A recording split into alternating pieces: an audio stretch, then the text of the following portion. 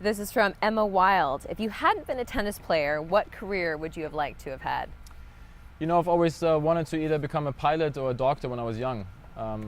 For some reason, you know, maybe it's weird because, you know, I do travel a lot, so I'm always up in the air, so that maybe it would have been similar. And I do see doctors a lot because my body didn't really hold up as I would have liked. So I've seen a lot of doctors over the world. So, you know, I'm kind of surrounding myself with those two things that I might have actually tried to do if I didn't become a tennis professional. So it's funny how that works, but I'm really happy and really pleased, and I feel very blessed that I'm living the life that I always wanted to.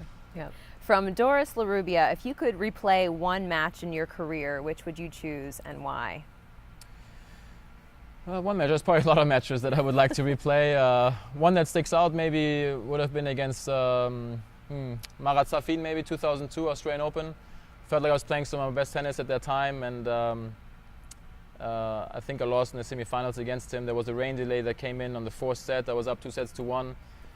And it was one of the first times I had to deal with a rain delay in such a big moment. And I went back in the locker room, and my physio and I decided to maybe stretch out our legs and try to stay warm that way. And after we stretched out and it was like a 35-40 minute delay, I came back on the court and I felt like I was done moving, and mentally everything shut off. And I don't know if it was because after every match you go in the locker room and you stretch, and that my body couldn't like come back out there. And that was probably a mistake that we made, to not just stay near the court and kind of keep jumping around, moving around instead of stretching. And so I felt like if I would have won that match against Marat at that time, there would have been a good chance to maybe win that tournament against Thomas Johansson in the final maybe. So, you know, that's maybe one of the matches I would like to replay. You can go way back, I guess, with those memories. Some of them, they stick out there for sure. What are the three biggest changes you've seen in pro tennis during your career? Well, technology has changed quite a bit. I felt like that the courts have gotten a lot slower over the years, maybe the balls as well. You know, a lot of people are playing now with these barbelled rackets, different types of rackets where it gives you a lot of speed, a lot of power, a lot of control.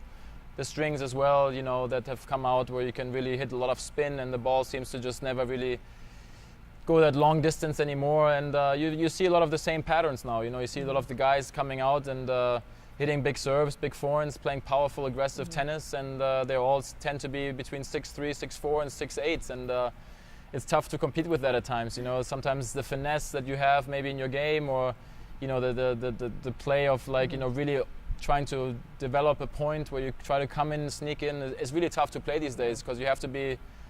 Nothing that's changed, I think, is, you know, with these guys, as you see Nadal and Djokovic, Murray, you know, how physically fit they are and what they can do on the defensive play. Right. I mean, it's really quite fantastic what they do on a full stretch.